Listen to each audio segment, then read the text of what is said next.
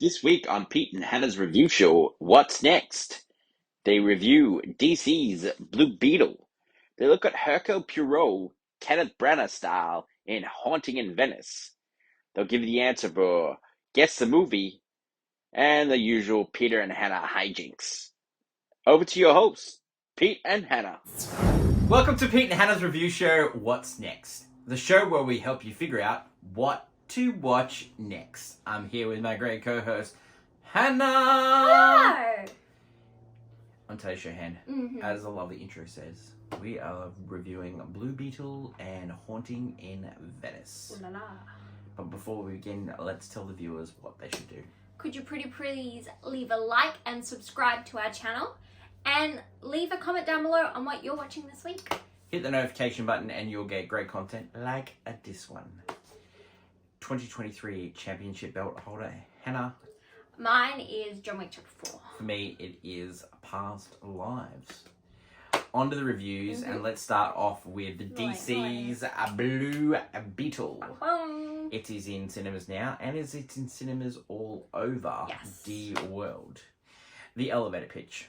You come home from college, and your family tells you that you're going to lose a house, they've already lost a business, and then you need to find a job. Yeah.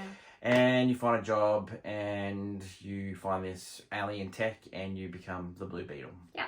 Superhero. You become a superhero. Reasons to see this in? I think it's just more kid fun action superheroes. Yeah. Like, it's a great addition to the DC roster. I think it definitely needed some work, but I really like, Susan Sarandon plays a great villain, always, and I think George Lopez is very funny in this movie. He's very funny. It has very much comedy at its heart, and a really good emotional heart as well with the family. Yeah. First Spanish superhero as well. Really good, the family stuff. Reasons not to see this, we've seen this before. It's like, it's a mixture of Batman, it's a mixture of Iron Man, it's a mixture of Venom, it's a mixture of unfortunately, Spider-Man. Yeah, unfortunately it falls prey to the fact that Blue Beetle, while being before and having this whole thing, the fact is that because Marvel were able to commit to the screen first, you got to see Spider-Man with all his tech, you kind of like, oh, I've seen this before. Yeah, definitely. So unfortunately, it's just a matter of they didn't get there first. If you're sick of superhero movies, this one's not for you. But if you love superhero movies, this is a really pretty good version of it. And, nice. You know, as Hannah said, George Lopez, he's very funny. Very funny. He's always been really good, and, you know, I really enjoyed him in this movie Susan as well. Sarandon, very evil. Great. Yeah. What would we give this as a review? I would give it I Played on My Phone.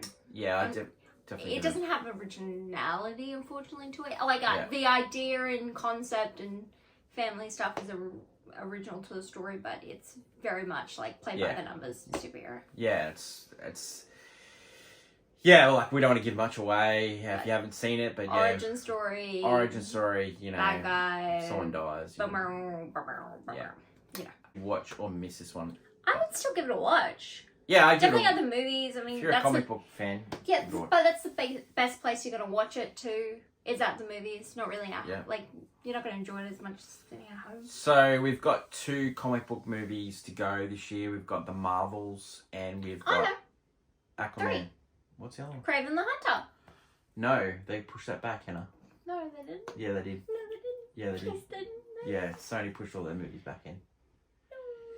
Sorry to break your heart.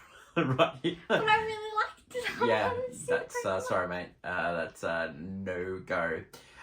So would you say? Sony sucks. Would you say their PlayStation sucked? That whole thing. Oh, it's just Spider-Man 2. That's the only thing that's coming out.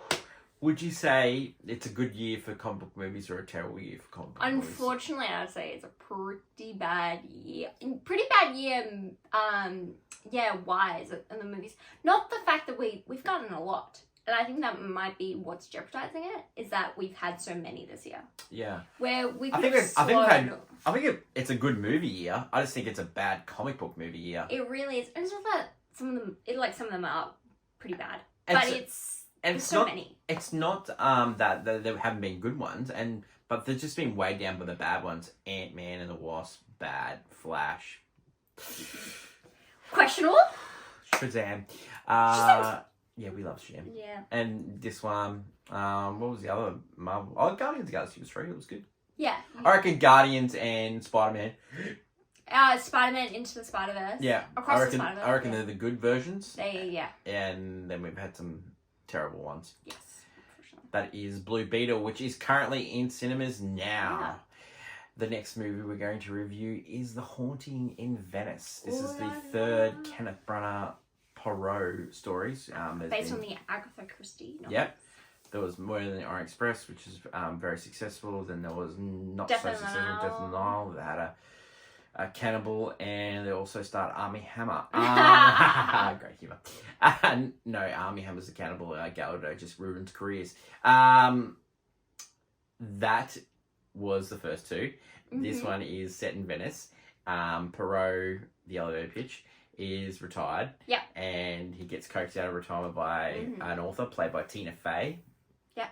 Who is playing a very similar character to the one in Murders in the Building. Yep, the exact same one. Except she's a podcaster in that one. And has a transatlantic accent. So. Yeah, she did. So he gets coaxed out of retirement because she's seen this medium work and thinks it's a real deal. So he has to go and prove them wrong. And it turns out there is murder. Reason to see this in? It's a whodunit mystery. I think they're always good. Everyone once in a while, they're really good, especially a spooky one like this. Should get one a year. Yep. Yeah, especially a spooky one like this. I mean, if you love this kind of type, it is definitely it's not a complete one-to-one of Agatha Christie's story, The Halloween Party, which is based off it. Basically, yeah. So it's a little bit of they change a little bit for the story, so it's an original kind of take on it. So if you like the story but want something new, I think I was trying to add elements of horror because of the 100%. Halloween, and especially the supernatural. The way he shot this as well. Reason not to see this. Well, I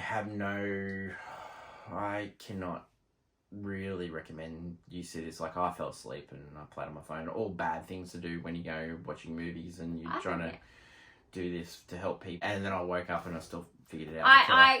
Unfortunately, even who sometimes I try to just try to sit there and let the movie wash over. I figured out everything that happened in the movie, and so I was like, before the movie finished. So I've gone back to see it once again, and then I didn't miss anything. In the bits, yeah. Acknowledging that I did fall asleep, that's pretty bad. But I do this. I'm honest and upfront with you guys. Should you watch or miss this one, Hen? I'll give it a miss. Yeah, it's going to come on streaming services, and it's going to be a good hit. But unfortunately, it's just not worth the time to take out. How does Kenneth Branagh keep making these movies? I know the first one was really successful. The second one was god awful, and it was also not as successful. And then this one, we'll see how this one goes. Yeah, I just don't know how he keeps making them. Does he have incriminating photos? He brings out his tenant persona. Yeah, if you can't have this movie, then no one can.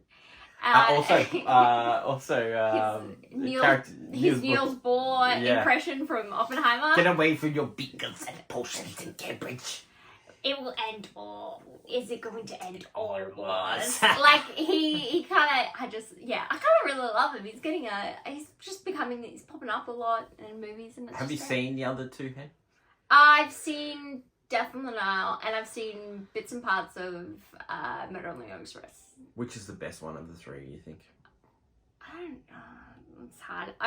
Orient is it's got a banging cast.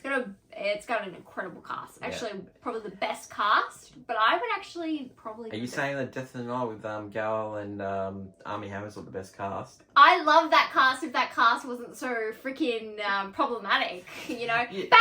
Back 10 years ago when that cast was problematic, that would be fine. Do you know? The fact that Kenneth Branagh convinces these people to do these movies is amazing. A lot of people that were in his movie Belfast, like Little Boy and also Jamie Dornan. Yes, the kid, yeah. Michelle Yeoh's in this. Michelle Yeoh. Yeah. Yeah, it is. Oh yeah. So ready for this movie? Is it a play on my phone or is it I fell asleep? I played on my phone because it's not technically bad. It's just kind He's of trying to do some Spike Lee shots in this as well. It's very interesting directing, and Yeah. it's just it feels boring. Do you reckon they filmed it in Venice? Because he did cop a lot of grief for not filming it in Cairo last month. I think it was, but because you spend most of the movie inside doors, it doesn't really matter. Oh, I don't think he filmed those bits in Venice. No, but no. I think he filmed some. I think his bits. He got. Yeah, I think he had a Tina little Fey, trip. you want to come to Venice? And she goes, yeah, sure. Yeah, a little trip. Yeah. He enjoyed himself. Good on you, Kenneth Branagh, for, what a great year you've had. Oppenheimer, and you had this, and you convinced Disney to give you money and film in Venice.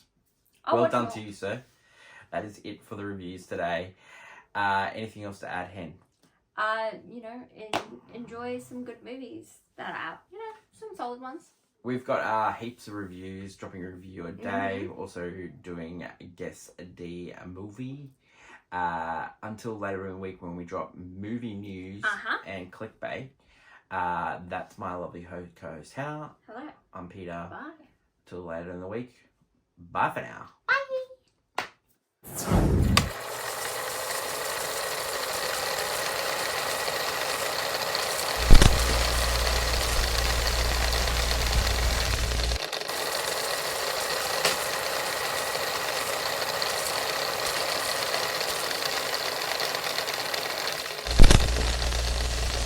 Guess the movie. We gave a hint in Guess the Movie this week. You had a little Easter egg there. You're holding Batman vs Superman, and that's Justice. Batman vs Superman or Justice. Cut. They're in both. The speeches in I know, both. but That's how it there's only starts. one version. That is that was our. You saw a little Blu-ray collection as well, so yeah, a little bit of insight into where we film, and hey, it's from me this week, and we're dropping movie news later in the week, so catch you then, guys. Bye. Bye.